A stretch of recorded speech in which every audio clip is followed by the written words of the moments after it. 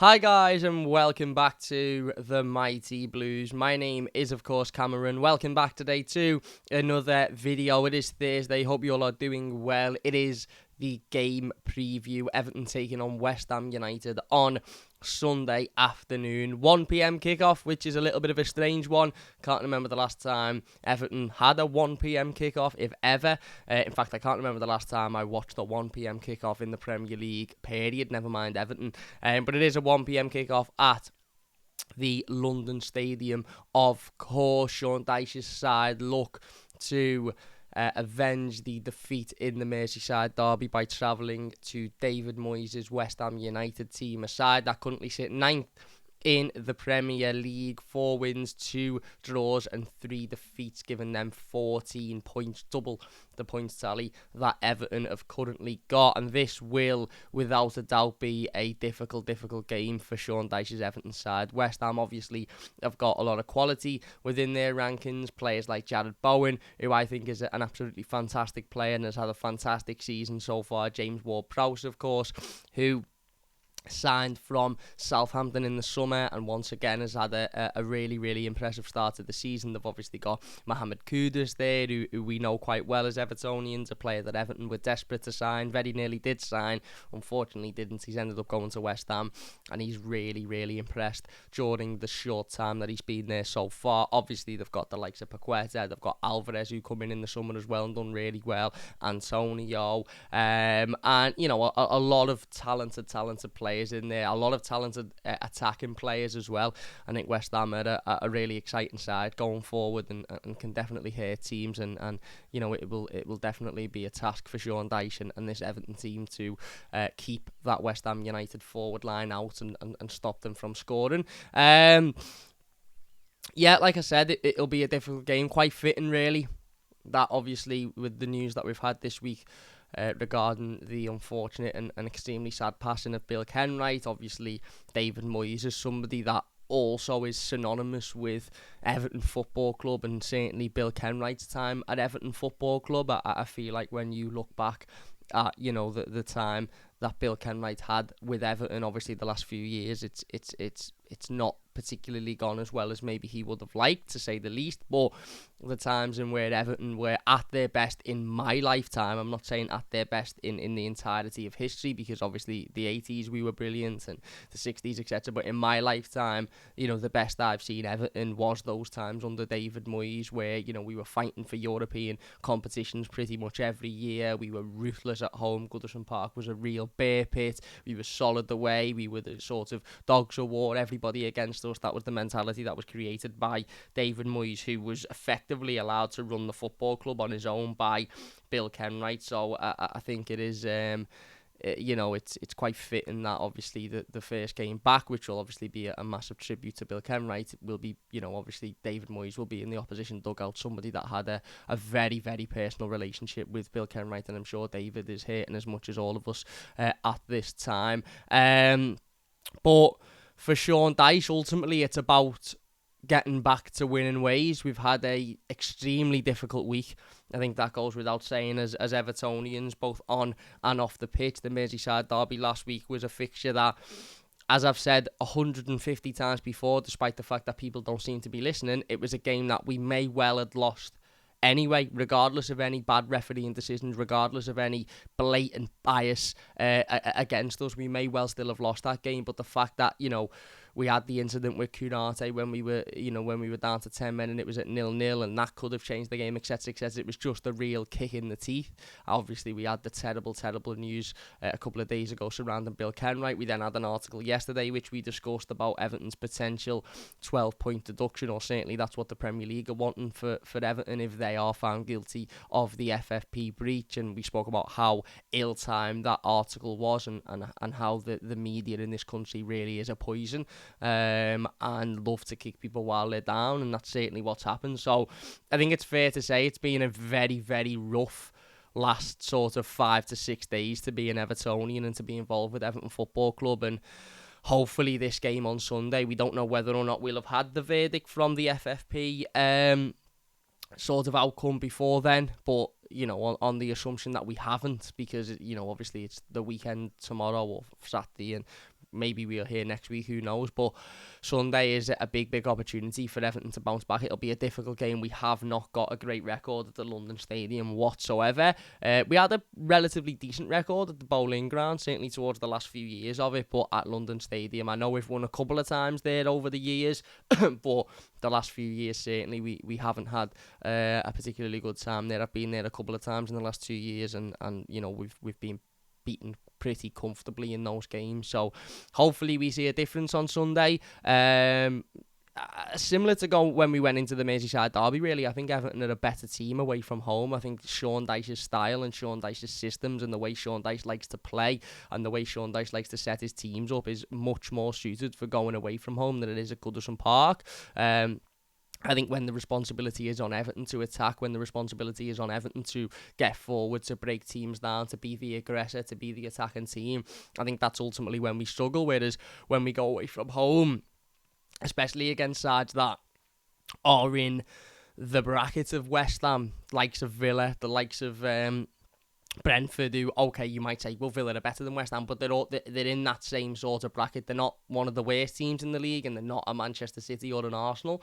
I think the system that Sean Dyche implements is one that has worked. It worked brilliantly against Brentford. It worked great against Brighton last season. It worked against Villa in the Cup. So hopefully he can implement that same system and it can work again on Sunday afternoon, because that's exactly what we need, don't we? We need a win to lift the spirits. As I said, it's been a really dire week to be an Evertonian so far. It really has. Every bit of news and information and everything that we've read and we've seen has just been ultra negative for the last 4 or 5 days, and it would be absolutely lovely to turn up on Sunday comfortably. Well, just win the game. I'm not really bothered if it's comfortable, but win the game, get another 3 points on the board, forget about the Merseyside derby, get back to the performances prior to that, and I think that ultimately is what the message has got to be from Sean Dyche, and the instruction has got to be, don't worry about the Merseyside derby.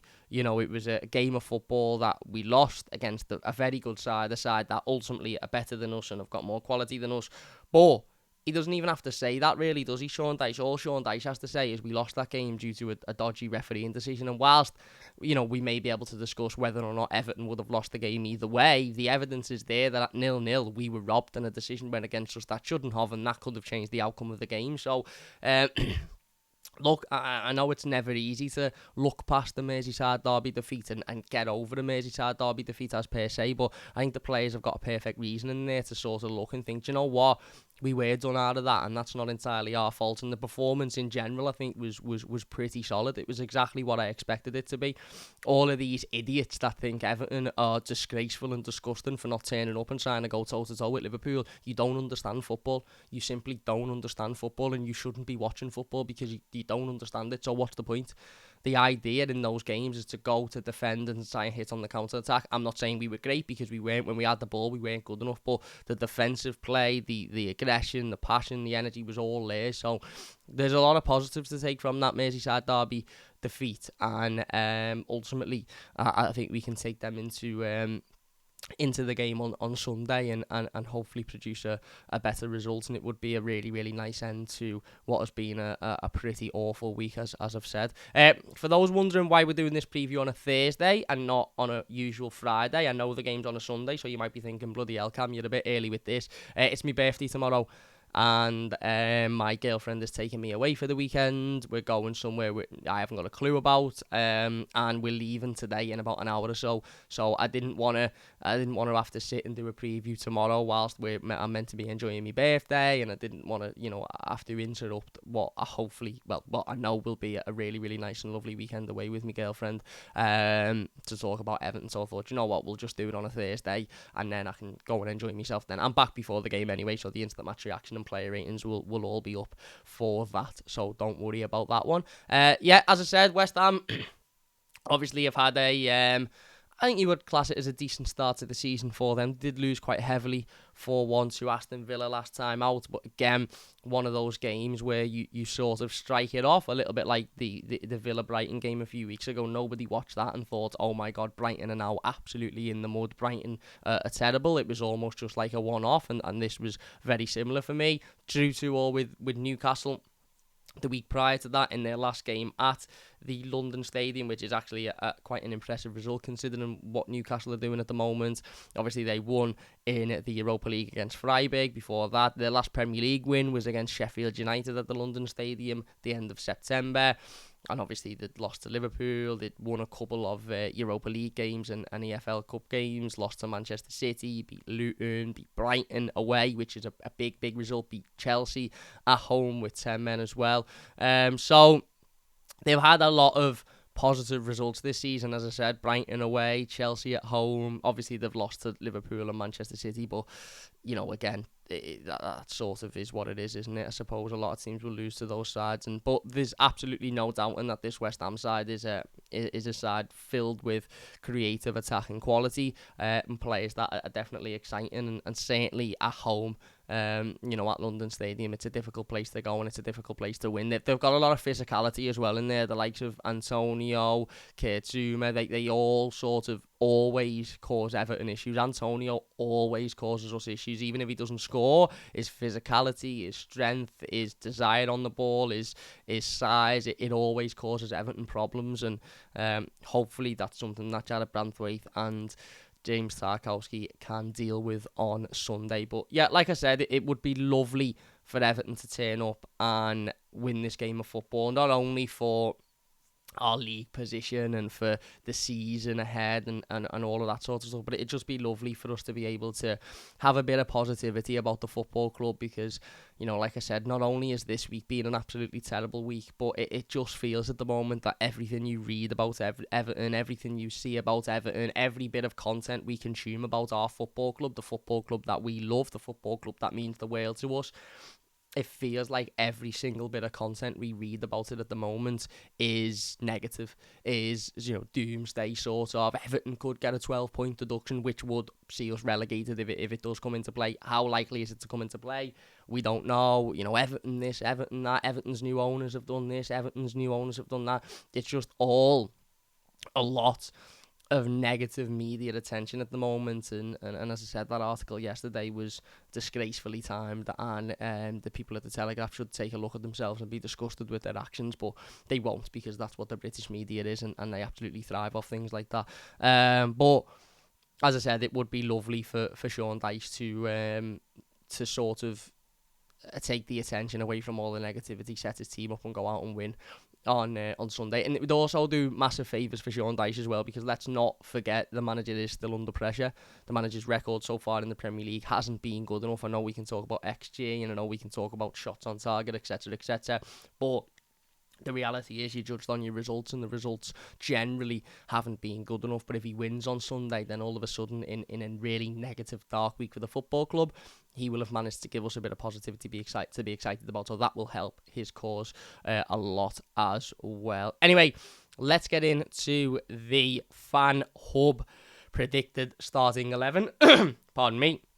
Don't forget to go and check out Fan Hub in the description, top line of the description. You can go there, download it. If you use the code that I will show you on the screen now, THE-UBP, you'll be able to get straight onto the app. You don't have to be an Evertonian to use it. You can support any football club. You can put your football club in there, and you'll get the latest news, information. You'll be able to check in at stadiums, as you can see there. The more check-ins you get, the more points that you get. The more points you get, you can exchange for rewards such as beers and hoodies, sweatshirts, etc, etc. You can also follow us over there at the Mighty Blues EFC. Just at the Mighty Blues. We're looking to build a community over there, get everybody involved, and obviously you can go to leaderboard. You can check who's top of the leaderboard for mileage. That's all every user in the country, as you can see, different sides there, or you can click just Everton and you can see the users where people are just for Everton based sort of stats as opposed to the whole country. Anyway, let's get into our predictions then. Predicted lineup here. I've got a booking bonus apparently. If you select a player that gets a red or yellow card at any time in the match, you get an extra point. Okay, so let's do that first. Who is likely to pick up a red or yellow card in this game from an Everton point of view? Well, it can't be Ashley Young, because he obviously is suspended after his sending off in the Merseyside derby. let's decide the team first to decide who's going to play, and then we'll have a little look at the booking bonus. So in terms of the way in which we're going to play, I don't think it would be too dissimilar to that. Maybe I'll move the wingers a little bit wider. Maybe I'll have a midfielder sort of a little bit deeper, and then those two there. So let's get into it. In goal, Jordan Pickford, of course. Absolutely no reason to discuss this. No conversation needed. Jordan is our number one. Yeah. Could he have done better for the penalty in the Merseyside derby? Maybe, but we've more than moved on from that now. You'll be glad to know. So, right back then has to be Nathan Patterson. Now, the manager has got options. Obviously, we know Ashley Young is suspended now, so he will not be available for this game. Even if he was available for this game, I don't think he should be playing personally. In terms of his other options, he could go with James Garner there and maybe reintroduce Garner Gay back into the midfield. I wouldn't like that. I know there's an argument for Garner Gay to be in there for this game because we're away from home. We're playing a team that have got good attacking players that are in there, but I just think taking James Garner out the centre of midfield at the moment is not helpful. I know he didn't particularly have his greatest game against Liverpool and he wasn't particularly involved, but he was brilliant against Bournemouth, he was brilliant against Villa in the Cup. He's been fantastic in that centre midfield role pretty much all season when he's played there, barring one or two games. So I'm going to go Nathan Patterson. I don't see if Nathan Patterson doesn't start at right back on Sunday, then it might be a bit of a bold claim, but I'd go as far as to say his Everton career is pretty much over. Certainly, if Sean Dyche is to stay on board, which, given everything going on at the football club at the moment, I think Dyche is likely to be here for a long time. If ultimately you've got two right backs and one of them gets sent off and you choose a central midfielder to play there over the other one, it pretty much says you're not favoured by the manager. But I don't think that will happen. I do think he will go with Nathan Patterson in that position. Two centre-backs, of course, James Tarkowski and... Where is he? I've lost him. Jared Branthwaite, there he is. Obviously, Michael Keane come on in the Merseyside derby when Ashley Young was sent off. Did he do himself any favours? Well, no, because he gave away a penalty once again, an arm up here, which is unnecessary. I can't see the manager going 5 at the back again. I think he was forced to go 5 at the back because of that sending off. I don't think he particularly likes that formation or sees that formation as one that we will use a lot in the future. So I do think that he will revert back to a 4. And if it is a 4, then there's only 2 options at centre back, isn't there? And that's Tarkowski and Branthwaite. There's no way anybody else can be in there. And then left back, I'm going for Vitaly Mykolenko. I actually thought he was excellent in the Merseyside derby. I thought he was really, really good. I thought, even though Mo Salah ended up scoring 2 goals at the end of the day, which won the game, I still think Mykolenko was absolutely fantastic. I really, really do. I think his one-on-one defending was brilliant. His battling was brilliant. His efforts, his desire, I think it was all absolutely top-notch. And really, really impressed with him so far. In that number 6 role then, I'm going with Amadou Onana. Another impressive performance in the Merseyside derby. I think he took a little bit of time to get into the game, but after sort of 20 minutes, half an hour, certainly when Ashley Young was sent off and we needed him to step up and we needed him to do more, I thought he was really, really impressive. I thought he battled, I thought he was working hard, he was defending well, he was getting forward.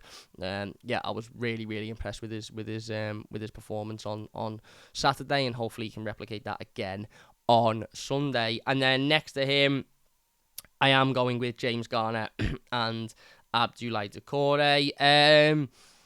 I could see Garner Gay being reintroduced into this team. As I said, I could see that happening and James Garner going at right back. I could see that happening and James Garner coming out the team. Again, I wouldn't personally. I wouldn't. I'm not saying that midfield has been absolutely unbelievable of recent, but I think James Garner has generally been our best player over the last few weeks or so. Doucouré is always a threat. He wasn't great in the Merseyside derby, but generally he's always a threat, certainly in these types of games away from home, playing off the striker. Maybe I'll move Dukes a little bit further forward.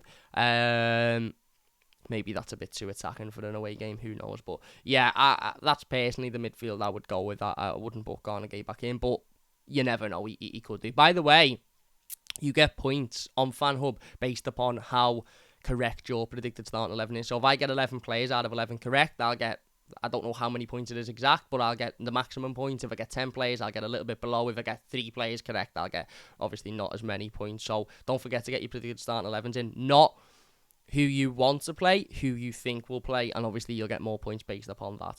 And then the forward line, again, pretty boring really, but I think it almost picks itself at this point. Dwight McNeil on the left, Jack Harrison on the right. That's Seamus Coleman, Jack Harrison on the right, and then Dominic Calvert-Lewin up front. I think the only other options would be Beto up front, and has Beto done enough to give himself a space over Dominic Calvert-Lewin?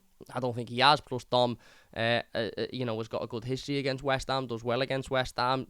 Dom ultimately is our number 9. Dom's our number 1 striker, and while he's fit, I don't think Beto will be starting unless the manager finds a way to integrate them both together. Maybe he will. Maybe he'll give Dom a rest because he's played a few games on the bounce, and maybe Beto will be in there. Who knows? Yeah, and as I said, the only other option is maybe Danjuma coming in there.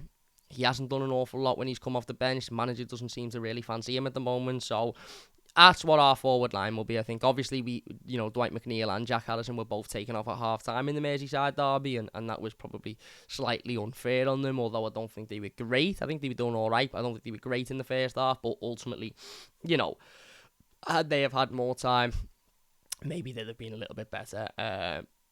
But yeah, that is the team I'm going to go for. Booking bonus, I am going to go for I'm going to go Mikalenko. I'm not sure whether Bowen plays on the right or the left at the moment, but given you've got Bowen, you've got Kudus, I just think Mikalenko might be an easy yellow card. I don't think it'll be anything dangerous. I don't think he'll be on the verge of being sent off. I just think he'll throw a foot in, with half an hour to go, and he'll get booked for that. So there you go. I'm going to save that. We will find out at 12 o'clock on Sunday whether or not that is accurate, whether or not that is right. And as I said, don't forget to go and check out FanUp, description down below, first line of it. Click it, sign up, put that code in as I showed you before to get instant access to the app, and go and predict your starting 11s as well. So yeah, that's pretty much it, isn't it, for the time being? Like I said, it will be a difficult game. There's the cliche is there's no easy game in the Premier League, and there isn't, but there's definitely no easy away game in the Premier League, and especially not when you're playing a side that a really solid, obviously won a European trophy last season as well. Got a really solid manager, a really good manager as we know ourselves, and it definitely one that will make this difficult for Everton. But like I said before, for me, it would be brilliant if Sean Dyche could get everybody together, almost use this week, I suppose, as motivation. If I was Sean Dyche, I'd be in that dressing room before the game saying, listen, we've all had a pretty dreadful week as players, as staff, as a football club, fans. So let's go out and let's at least end it with a bit of positivity and with a good win. And that should be all the motivation they need. They should give 150% on Sunday on the basis that they want to go out with with at least something positive to discuss from this week, as opposed to all the negative that we've had. So there you go. Let us know your thoughts in the comment section down below. If you have enjoyed this one, please do leave a like. As I said, I'm going away for a couple of days, but I will be back on the weekend. So instant match reaction, player ratings, all of that stuff will be back. So don't worry about that one. Yeah, big thank you all for watching. If you've enjoyed it, please leave a like, subscribe to the channel if you are new. And yeah, we'll see you soon. Cheers for watching. Up the toffees.